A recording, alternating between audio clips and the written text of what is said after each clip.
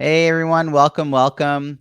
This is an interview that I've really been looking forward to. It's someone I've gotten to know on a personal level. I have such respect for, but I always learn new things about my friends when we deep dive into their story through these interviews. So without further delay, here is the official introduction for this week's guest. Today's guest wants to inspire exceptional leaders and change the world for good. He's an executive coach, coaching supervisor, professional speaker, and author who inspires leaders through the neuroscience of human interaction in the workplace. With 30 years of professional experience in HR, executive coaching, and leadership development, he's held leadership positions at Commonwealth Aluminum, Commonwealth Industries, CLARCOR Air Filtration Products, Humana, and CoachSource. He's a frequent speaker at business, coaching, and human resource conferences all across the US. On a personal note, I have the privilege of spending time with him at the National Speakers Association conference each year, where we co-host the NSA Rainbow Speakers community group. Please join me in welcoming Jeff Nally. Welcome, Jeff. Hey, Robbie, thank you so much for having me. It's great to be here. So thanks for joining us from your place in Florida. I'm thrilled to have you here. And as you know, this is a show that's about building strong networks, and the context is leadership. So tell me, how do you define leadership, and when did you realize you had the skills to lead? Sure. So the definition of leadership that I've had has changed over the years. And right now it is really about influencing and engaging others to co-create a shared future. I really used to think it was, as most people, all about like how many people are in your org chart, what kind of budget you control, the things you think you own. And the more that we learn about leaders and how the brain works with leaders and their teams in the workplace, it really is about influence, engaging, and moving forward together. I love the co-creation piece of that vision in particular. Yeah, as leaders, we can't really like do anything on our own. We have less control and authority than we really think. We get things done through others, mostly, not through ourselves. And I've realized that I had these skills or the glimmer of those in a couple of occasions. The first was my very first job when I was 17 at Baskin Robbins in the local shopping mall. I loved Baskin Robbins because everybody was happy when they came to buy ice cream, and that's the place I wanted to work. When are customers going to be happy? And who wouldn't love to work around 31 different flavors of ice cream that you can taste test and make a cone or a shake anytime you like? But it wasn't until I was working the second shift, closing the store by myself with a night crew, and the owner wasn't there, that I realized this is what leadership feels like. We're doing something together, and I'm going to make something happen. And the other people who have authority and control are not actually here. I'm the one driving it. You And give then I me think, flashbacks, I have to tell you, Jeff. You give me such flashbacks because I ended up in between jobs waiting tables, spent a couple of years working as a shift manager at a Taco Bell. They elevated me to shift manager on my third day, and I ended up closing every Friday and Saturday. And we did more cleaning and restructuring of the supplies on the busiest days of the week than the shift manager did the other days. But my team liked me. They were friends with him, but they didn't like him. They thought he was smoking pot in the bathroom. You know what I mean? He was not actually helping them at all. not helping. Yeah. So very interesting. You're right. Like to be at a younger age and like stepping up in that way and having the keys and needing to lock up at night. Yeah, total flashback. What was the second opportunity for you to have leadership? The second one was when I was leading HR in an aluminum company, and I had worked at the largest plant and been promoted to headquarters, corporate headquarters. And one day the CHRO came to me. I had just been at the corporate headquarters about 2 weeks, and she sat me down and she said, "Do you remember those plants we bought in California about a year ago?" "Yeah, I did." "And do you remember the HR person who had come to our annual HR leadership meeting?" "Yes, I do remember that person." "Well, they did not implement anything. Employees are getting hurt. Workers' compensation is through the roof. Safety is down. There's no employee engagement. We need you to go out there and lead HR." And when I actually left corporate and went out there for a year to lead the California plants, I realized that was leadership. My HR expertise was like table stakes. It was really about making workplaces safer, getting to know all the people in the workplace, turning it around from a place where people didn't trust supervisors or managers into building trust between everybody there. And I think that was when I realized, this is not just functional leadership, this is people leadership. Yeah, and human resources had an evolution over the last couple decades around even what they're called, right? Because we have that recognition about people being at the forefront of it, the power of the people in an organization. But I want to wind the clock back a little bit. I'm glad you got us to 17, but I want to go even younger. I want to know, Jeff, what you were like on the playground, grade school, organizing your friends. Are you sitting back? Did you get active in lots of clubs and associations during school? Did you run for any kind of office? What were you like as a kid? So on the playground and in school, I was, let's do things together. I led in relationship with others. So on the playground, it's, we're all going to play on the swings.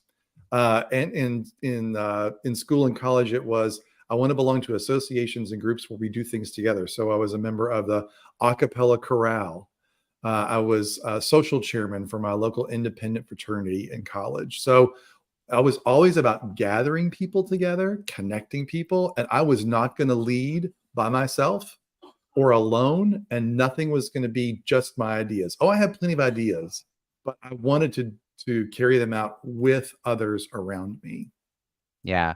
You and I are so cut from the same cloth. I'm not surprised to hear this because of the way you and I co-host when we're together at conferences and bringing together the LGBT community at the Rainbow Speakers group through the National Speakers Association, and that idea of, more the merrier, let's include more people. We'll get to that part again later, but I just think the fact that you've always been you, I just wanted to sort of acknowledge that, like, the way I see you today and to hear this story of how you were, as a young person and into college, and that idea of the fact that you were a social chair, that you were in charge of not just a good time, but a good experience, right? People being brought together. Right. So at 12 years old, did you have a sense of what you were going to be? Was there a path in front of you by family or by fact? I knew I wanted to do something that interacted with people. Of course, at 12, I wasn't that keen. I didn't know about HR necessarily. I do remember a turning point, though. I graduated from college with a undergraduate degree in psychology from a liberal arts college, which was great, a great experience, perfect for me.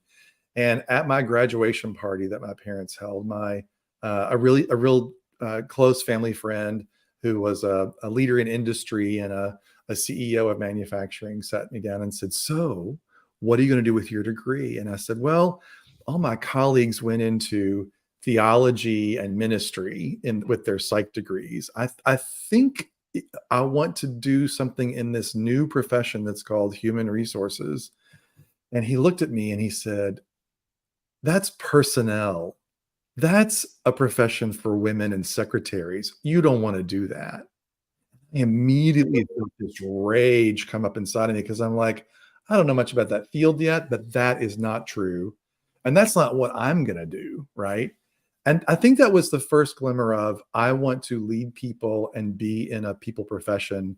And it quickly turned into training and development, leadership development, HR, and all the people related aspects inside organizations that I not only fell in love with, but I became really, really good at. Mm-hmm. What led you into that degree initially? Initially, it was, so you're going to love this. I thought I wanted to do experimental psych. I wanted, and this has nothing to do with probes in people's brains.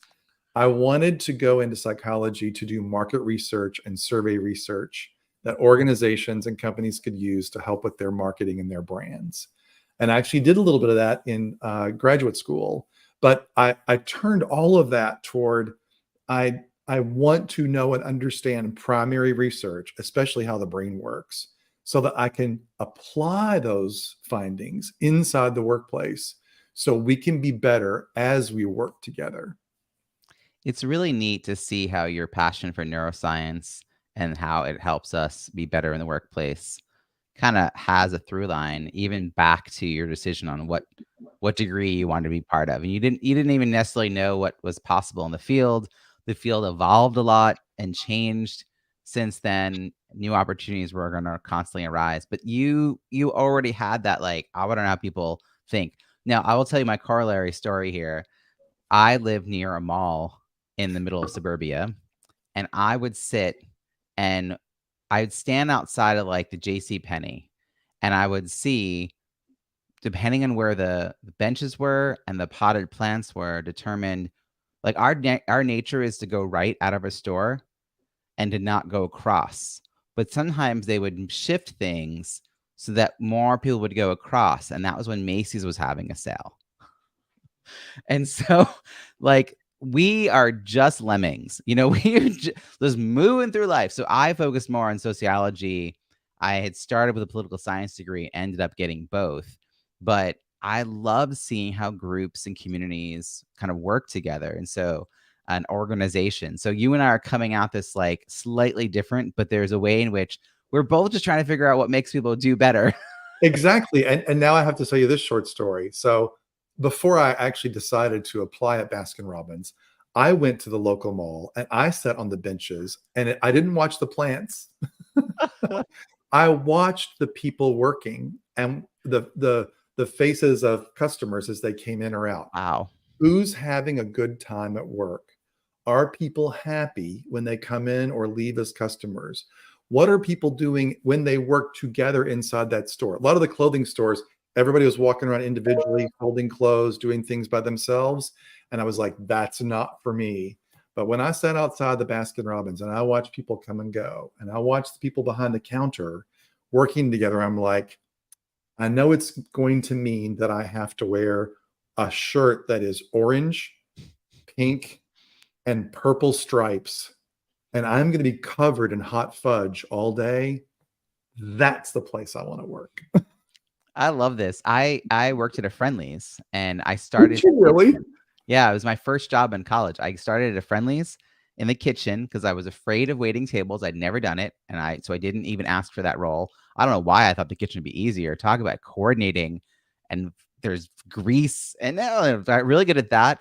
And then I taught myself how to all the ice cream pieces because they would get busy, and I would just start jumping in. So I self-taught all of that. I never officially had a shift, but I did it all the time. And then I eventually waited tables there, and then moved on, trying eventually to look for places that had better tips. But I also have hired a lot of people over time for events, and anyone who has an experience in a restaurant, even the person who's seating you, like the hostess, or one of my best interns was a dance choreographer in college. They understand organized chaos. And it's what you're describing. Like, you don't have people just wandering around the store folding clothes. You got to work as a team. And I love that you already were thinking about what kind of place you wanted to be working in, and you had your criteria, which had nothing to do with the attire. You got past the attire. I got past that. Up to here, it's with ice cream, right? Like, right. when you're scooping in those deep That's right. My elbows every day. Every day. I'm still sticky thinking about it. So so you graduate, you get into this kerfuffle about personnel is for women. You're like, no, I'm committed.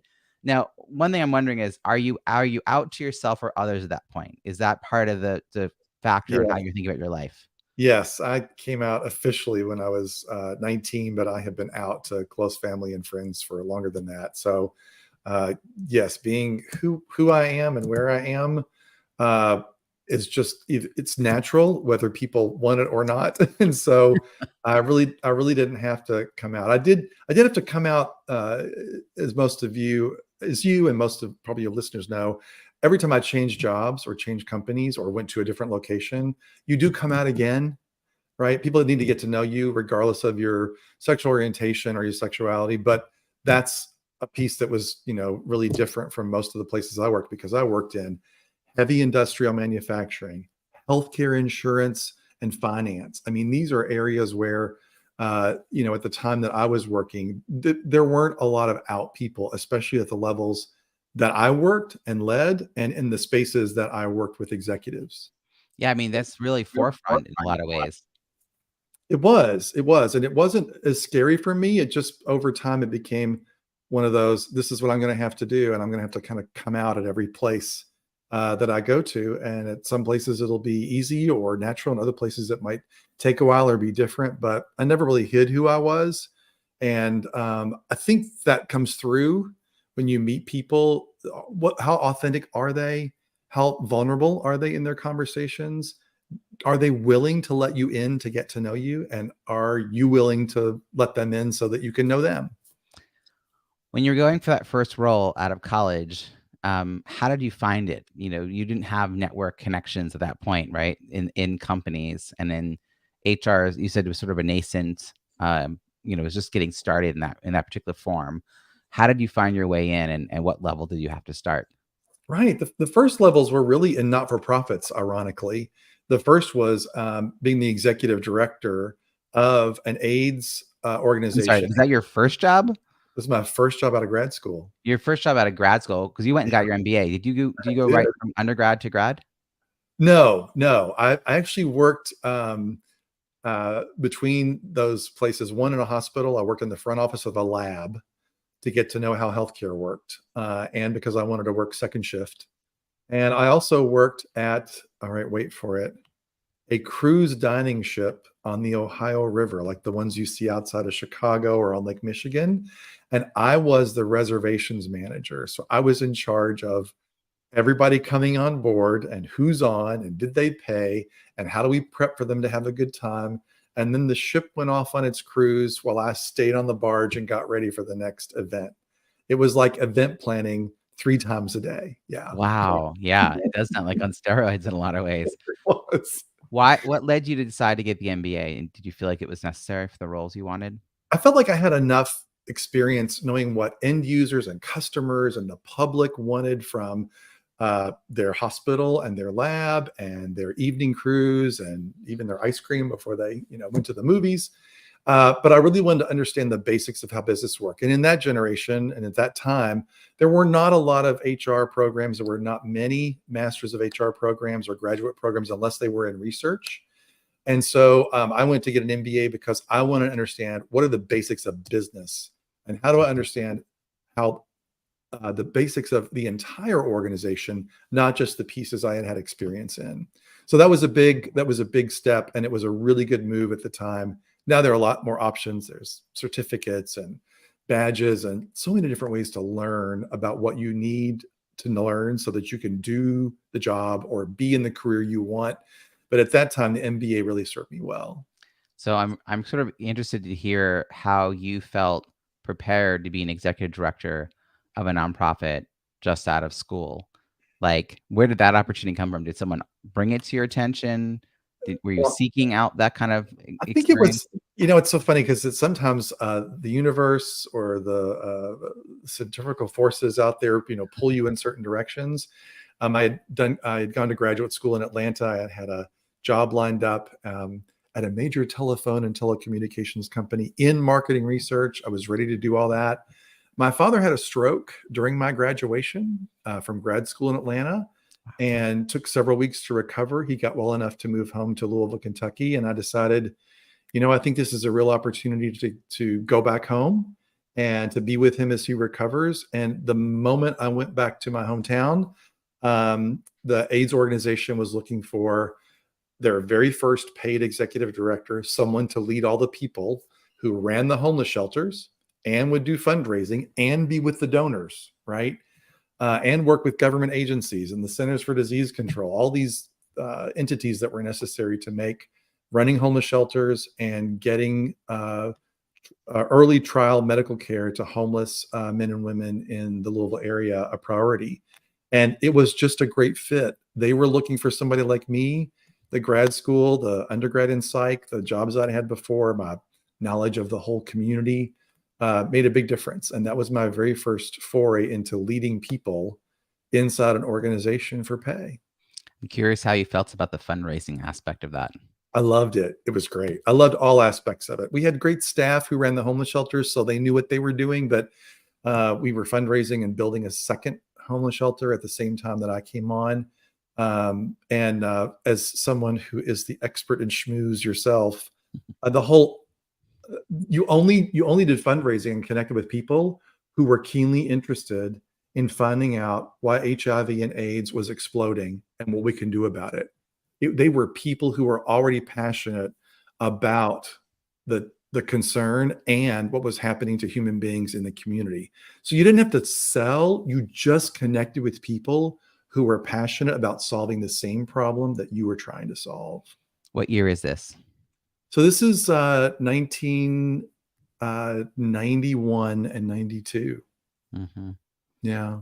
Awesome. I mean, I just want to place it because we're out of the 80s into the early 90s. It's now an ongoing epidemic, but we have treatment options, we have funding, we have organizations that have sprung up. Those organizations went from grassroots to now becoming more established. We need people like you to step into leadership. I was asking about the fundraising aspect because I have done fundraising as a job and I've taught fundraising. And I feel like when I first shifted into entrepreneurship, I thought I didn't know a lot about sales because I hadn't worked in any kind of sales role. And then I come to realize, oh, I've talked people out of money for just a thank you. That's Like, right. that's all they got in response. I'm like, oh, I know a lot about this, building relationships, having this conversation, offering value. It was like a flip. So for you to come in and have that experience, like you said, these are people who felt passionate. You felt like you were building relationship with them. It's such a healthy way to kind of come into the world of fundraising, which later then can help you build a foundation for sales, where not a lot of roles might have that opportunity. If you're just like, if you're managing events without having to handle donors or customers, you won't know more than the logistics. So it's an interesting opportunity to be in charge of everything. Yeah, that's right. Yeah. What happens next? Like you go through many corporate jobs, but I know you as an independent entrepreneur, you got your own company, doing all this great work as a speaker and a coach. How did you decide to leave? I mean, you kind of moved through different companies, some of them names even I recognize. What leads you to step away from what has been sort of a career path to this new path around entrepreneurship? Sure. After the nonprofit, I went into lead training and development and then learned other aspects of HR and then led leadership development and organization development. And then went to create an executive coaching practice at Fortune 50, a healthcare company, which I loved in my hometown. Loved that work. I did that for almost 10 years. I created the executive coaching practice. I learned how to measure it. This was at a time when measuring the impact of executive coaching was still very vague and uncertain. Became a certified credentialed coach myself, coached internally, brought in external coaches, hired coaches, and loved it. But after almost 10 years, I realized I have only done this inside this one awesome company with over 50,000 employees, but it's the only system, the only context I've spoken about the neuroscience of leadership and trained leaders in it, and then coached or led coaching. And I thought, I want to do two things. I want to get out there and speak to audiences, HR professionals and leaders inside companies about how to use the science of human interaction to be a better leader. And I want to coach executives at other companies besides this one.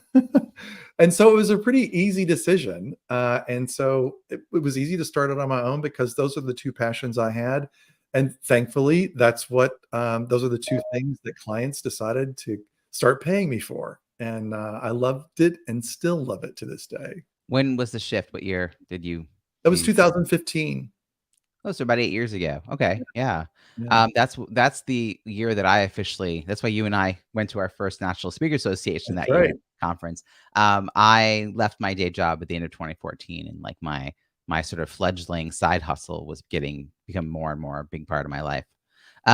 So I'm curious whether you had any entrepreneurs around you, like who was part of your network. I mean, you knew coaches, you were doing training. Did you know of other professional speakers at that time? How did you sort of psychologically make this shift in identity, but also how did you have the network that might introduce you to all these different aspects? Like, how do you even discover NSA as a thing, Right. to join? So no surprise to your listeners based on what they've heard so far, but as I became part of the HR profession early on, I joined the Society for Human Resource Management, the global HR professional association. So I got connected with other HR pros at the local, state, and national level. I volunteered, no surprise. I helped do fundraising for the SHRM Foundation. Just finishing 2 terms on the SHRM Foundation right now, SHRM Foundation Board of Directors. So I have networked since 1993 of HR folks, which includes leadership development and coaching and training, but mostly HR. When I started the executive coaching practice and became a coach myself, surprise, surprise, I joined the International Coach Federation, a global coaching profession that has credentials. And I volunteered at the local, state, and national levels in the association to learn about the profession and connect with people. The week after I left my corporate job, one of my dear friends, whom you know, Kathy Fyock, who is a professional speaker and an HR pro, she and I volunteered at a lot of these professional associations together. We were at a board meeting that we both volunteered on just as I left corporate. And she said, all right, so now that you're out of corporate and you're going to start your own business to speak and to be a coach on your own, I want you to pull out your BlackBerry. Yes, BlackBerry. And she said, I want you to look up National Speakers Association Influence Conference in your browser. Click on register for the conference. It's going to happen in a few weeks. You will not be paying the early bird rate. Don't even look at the registration rate. Register right now and pay by credit card. This is the best decision you'll ever make. So she pulled me into the speaker community that I did not really know at all in that one move. And by the time I went to Influence, which you were there, this was the name of their conference, and spent 4.5 days, I shaved 2 years off of networking, knowledge building, skill building, and crafting what I wanted my professional speaking practice to be about and how I was going to start to run the business. So I really owe everything to the people in the communities and networks that I've connected with. Some I've done the outreach and connected. Others, they've been like Kathy, who literally grabbed me by the arm that day and said, pull out your BlackBerry and pay for this conference right now. Don't even think about it. I love it. She's actually someone that became part of my story. For my very first conference, I didn't know anyone. There was a foundation dinner. There was this big affair that was going on. I got myself a ticket and I went to the tables in the front of the room that were all big deal people. And I looked for and found an empty seat. And I had a conversation with some board members sitting there. And the board member sitting next to me, whose name I don't remember, said, great, what's your book called? And I was like, I don't have a, and I don't have a, I don't have a book. And he said, come here. And he picked me up and walked me across 3 tables over to Kathy Fyock, who I chatted with for like 60, 90 seconds. She hands me the ask me about my book button. By the end of the 3 days, 4 days later, I had discussed the concept of my book with numerous people. And a year later, I walked in with a podcast, having just launched. And a year after that, my first book with quotes from people that I interviewed in my podcast. I don't know if I would have been set on that path as quickly as that. But like you said, it shaved time off. I could have waited 10 years to work on that first book, but it was put in front of me as a challenge. And I was like, I will accept this challenge. And I didn't hide the button when I walked away from her. I put it on. Yeah. Isn't it interesting? And I know you know this because you're a networking pro, but there are hubs of networks. There are people who are not just influencers in the social media sense, but they are connected across networks, across professions, across disciplines.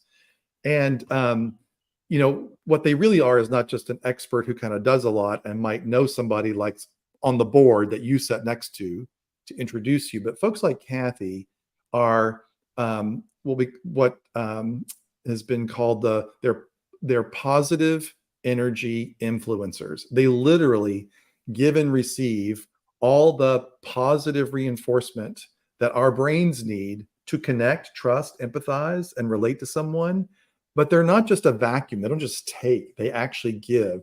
I think, you know, instead of engagement surveys and networking surveys, I think companies should be doing energizer surveys. Who are the key people in the organization that when anybody's around them, they just give energy and positive intelligence and positive social and emotional intelligence to whoever's around them, so they're enabled to go off and do things in less than 2 years that it would have taken them, or they know so much more. It's just amazing how those hubs or positive energy people are catalysts and flywheels for so much more to happen and for so many people to become what they really want to become, even though they thought it might take them 2 or 3 times as long to do that.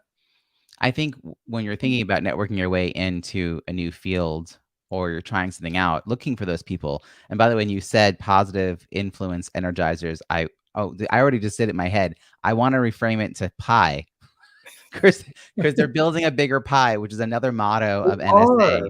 Is, They are. is so I Generosity, just abundance. yes, It's they're like there's creating no limit. There's no yeah. scarcity anywhere. Like that to me is a big piece of how I try to operate in the world. Is just thinking really abundantly about giving away knowledge. It doesn't deplete me, right? And it's like if I figure out how to do something, I want to share it. I think that's who you are. Kathy, who I've had a chance to get to know and interview, we'll put a link to some information about her in the show notes because clearly there's a lot of reasons you'd want to get to know her. We could go on and on. So, I mean, you've developed over the last, I mean, we've now done 9. We just did our 9th conference together, We did. which is really cool. I said in 2015, I'd go 10 years in a row and then decide whether it was worth it. But it was really about committing to it. So now I host a monthly virtual networking event called Mic Swap, which I knew so little about beforehand that I was looking for the invitation in my inbox. I thought it was called Mic Drop. I was like, why can't I find this link? I've been now hosting it for a year and a half. I now know the name of it. And then I got a chance to sort of take on the Rainbow Speakers group. And you fortunately came into the path with me. Because I was just saying to Amy Clymer, another great person who I've interviewed and who we know through NSA, what a gift it is to have leaders in the group. And I don't just mean that people who've formally taken on a role, because she's another person that I know if I ask her, can you help out in a certain way? She's 100% going to do it without any question, without even having to be asked a second time. And you and I sort of trading responsibilities, hosting different pieces of it. I remember having to do all this by myself. Oh. It's hard. It's hard because a lot of people are just followers who want somebody else to organize something. And I'm happy to do it. But what a gift it is to have someone else who gets the vision. And that's what you're talking about, the co-creation, where you want other people to come with you, but we can inspire them to take some role in it themselves. I think that's even better. So it's been really powerful. What's been sort of the most surprising piece of the evolution of your business since 2015? Because I mean, you had a sense of what you would be doing. Right. How has that sense shifted and where you are today? So that's a great question. So about 2 years after I started my own firm, I looked back at some of the consulting, speaking, and coaching work that I had been doing and got even more keenly and narrowly focused. I started asking questions like, who do I want to work with or work for? What kind of people do I want to be around as clients or purchasers, even if they're not the end user? What kind of audiences do I want to be in front of? And what kind of relationship do I want to have with the people I do business with? And I sat down and wrote all that out and really focused on what that looks like and who they are. Maybe not as names, but as types of people, types of organization, types of companies, types of challenges they're facing. And I'll have to say, it's true. The more keenly, narrowly focused you are in what you want and what you offer and what you contribute and how you can make a difference, the greater the opportunities come. So more and more people like that, businesses like that, audiences like that started to come into my sphere of connectivity, my networks and referrals from networks, and the people who saw me speak and sat in audiences or that I coached started telling others about that. And it brought more of the same type of people and relationships I really, really wanted. So I would say going narrow and deep on not just who are you and what do you offer, but how do you want your speaking to show up? How do you want your coaching to show up? Where does it happen? What situations? Who are the people? That has made the biggest difference. And I really am grateful because this is what it does. It not only helps me know what to say yes to, and every time I send an invoice or get a check and a payment for what I'm doing, I'm like, yes, this is what I really want. And I can see the value and so can the clients. But more importantly, I know the billion things I say no to that potential clients ask me for. But because of my networks, I know who does that really, really well. And that this is a potential client or relationship that they want more of in their world. And so it just continues to send the right work, relationships, people, engagements to the right people who need that. And so I find that the more narrowly I'm focused, the greater the connectivity across the universe of my networks. It really is. That thing you first described, sitting down, trying to sense who you wanted to work with, all that, I'm going to start calling that the Baskin Robbins test. Because it's really very similar to how It is. you approach the job you wanted scooping ice cream.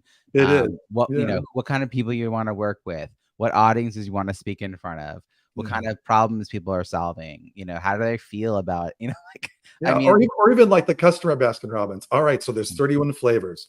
Do I really want to do sherbets, or do I want to do ice yeah, cream with nuts? Or no, I want just a solid flavor. Like, the and Baskin then Robbins test that's is what great. you go after the best of what you really, really want. Yeah. So, I love how you describe the way you sort of support your network and have also preserved the boundaries of your business, knowing what is a positive 100% yes, and therefore also what is the no, and then who you can then share that contact with somebody else that who might think this is the best thing ever. Um, I'm curious who set you on the path to initially do that work. Did you have a coach or a mentor who helped you sit down and stop just taking whatever came your way and started to really proactively narrow down to the kind of audiences and kind of clients you wanted? Yeah, so there were two. One is a great friend, networking expert, and sales coach, Lynn Schussler Williams, who I hired as soon as I left my corporate job and said, I'm going to go out and ask all my networks for business to speak and coach. And what she taught me to do was to actually redirect my networks. They all think of me as leading HR and coaching in companies for more than 20 years. What am I going to do? Right. And so she showed me how to do that. And I spent the entire summer going to the conferences, meeting with people, all my networks, and redirecting them to what I do now or what I did then. What I didn't know was that's a lifelong effort. It doesn't just happen in 3 months. Matter of fact, a very close friend that I actually sat down in her office and had lunch with and told her what I was doing different. And actually, in their business, they could refer some business to me because they did some coaching. 10 months after we had that conversation, replied to a social media post and said, "Oh, I thought you were still at that corporate company leading internal coaching." I'm like, we've been through all this. So the notion of, and so now I do this continually. I'm continually telling people in my current networks who know me well what I do and what I don't do, what I'm after and what I'm not after. The 2017 wake up call was from a CHRO who was a friend who called and said, I want you to come do strategic planning at my financial services company. And I said, hold on right there. I know 5 people who do this really well. And I used to do that in the 90s, but I don't do that anymore. And here are their names. And then the person said to me, are you going to stop and listen to me and ask and let me ask you what I'm going to ask you? I'm like, sure. And what they told me was, I'm not actually here to have you do strategic planning. I've hired all those other people before. They're great. That's not what I want. You know how to connect people and coach them. I'd like you to meet with this team of executives in our company because they're not collaborating or talking to each other. And they're going to have to change the way they do business in the next year for a lot of reasons, including compliance and including the marketplace. Help them talk about the future. What is their plan for how that division is going to move forward? And then when they say, I'm not really sure, you're going to coach them individually so that they get closer together as a team. Listen to your networks, Yeah. what they're asking for. Listen to your clients. And when I realized that's what they're asking for, and I want more of that instead of what I thought they were asking for, that's what led me to the redirect of my own practice. I love it. I mean, if you listen to what people are coming to you for and you decide whether or not it's what you want to do, is that how you want to be of service, then you can really thoughtfully shift. I have pivoted my business 3 times since 2020, it feels like. And now I'm having to like remind people that I have over a decade of experience with in-person events, which used to just be called events. They're We didn't coming have to back. qualify them. And I'm like, hey, by the way, I can do all that event design for that in-person event. And so I have one client who fortunately like went with me on that journey from virtual to in-person. And I'm like, oh, I have to continuously, like you said, rebrand, bring it back forward, remind people. And Mhm. that's where a lot of, I think, the social media piece is. So I'm curious about other ways you stay connected. So there's that inner circle of people you know you're going to stay in touch with. And then there's those second and third tier or second and third layer out, the people you might see once a year at a conference, or you work with them 5 years ago, but you haven't had a reason to since. And you like each other. I should always mention that. You enjoy each other's company. Right. How do you think about nurturing and sustaining those kind of weaker connections? Any habits, philosophies, practices? Well, for better or worse, social media is our friend. And at least I can, for most of them, some of them are not on social media, any social media, but most of them are. I can connect on LinkedIn or Facebook or Instagram, wherever they hang out. And I can let the algorithm tell me what they're up to. And I can stay in touch that way at a minimum. I've found, and I'm sure you did a lot of this during the pandemic as well, the 15 or 20-minute Zoom catch-up call. I just had one before we sat down to do this conversation together.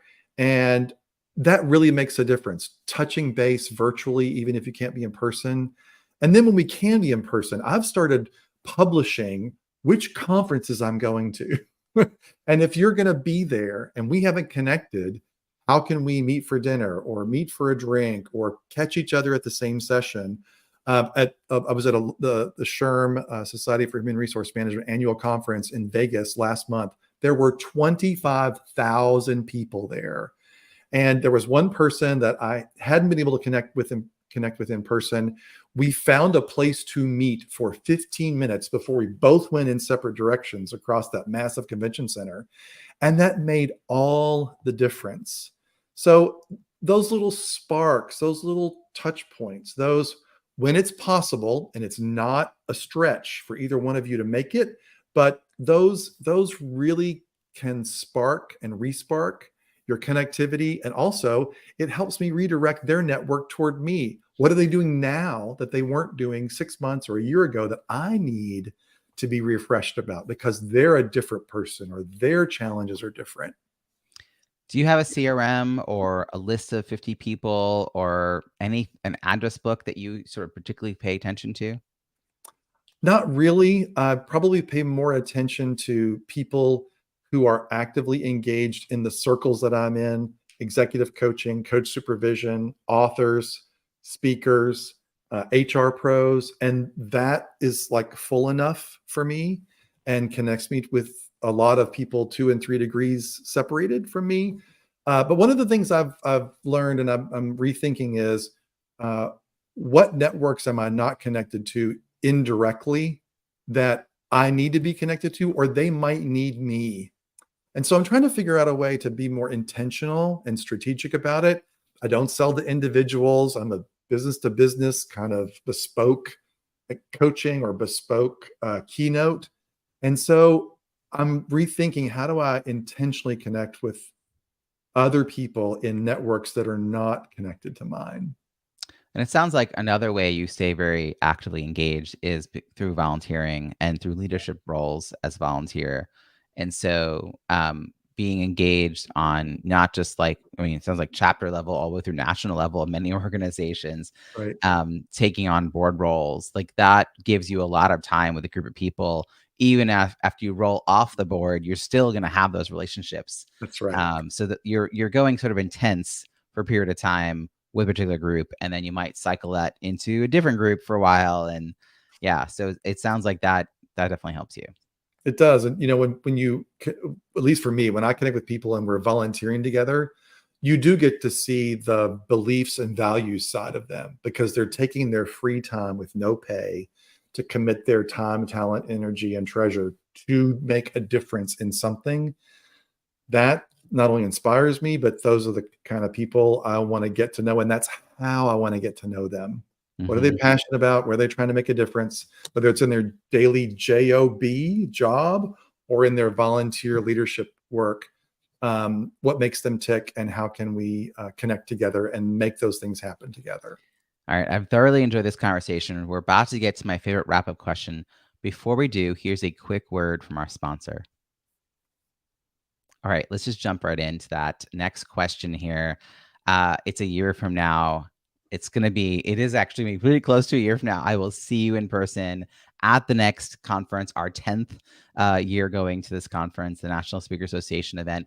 And I will be asking you how your year has been And I'm going to want to know now, what do you think we're going to be celebrating on your behalf a year from now? What are you most looking forward to in the year ahead? I think we'll be celebrating audiences and leaders and HR pros inside companies who have gone deep into their own journey of changing the way they interact in the workplace using science and neuroscience, and it's already paid off for them. It's not rocket science, it's just brain science, and they're getting results. I want to see results from the people that I'm connected with and make it easy for them. I think another thing will be that I've stayed, and I and we as networks have stayed more connected because we have virtual and some in-person ways to make that happen, or hybrid ways to make that happen. And compared to 2022, I mean, to 2020 and 2021, we weren't relegated to one or the other. So I think the modes and the modalities and the ways that we've been connecting, interacting has made our networks richer. I can't wait to celebrate all of that with you. And I 100% agree with your last point. I think what's different now from 2019, let's say, is that when I met someone in 2019 at a conference, we would maybe meet at a dinner, but I might not see them again until the next year. And now I have a way to gather people virtually, or they might invite me, or we might have a coffee chat virtually throughout the year. So those relationships are happening. They're like deepening at a quicker pace, and because we're getting more FaceTime, even if it's not in-person FaceTime. So I love the idea of just sort of embracing these different modalities of connection. Speaking of connection, how can people find you and follow your work? Sure, they can connect with me on LinkedIn, or they can connect with me by email, jeff@nallygroup.com. Those are the places where I hang out the most. I'm also on Facebook and Instagram, but that's mostly social stuff. But if you want to find out more, LinkedIn and email are the best ways to connect. Great. We're going to put all these links in the show notes at ontheschmooze.com. Jeff, thank you so much for joining us for this conversation. My pleasure. Thanks, Rob.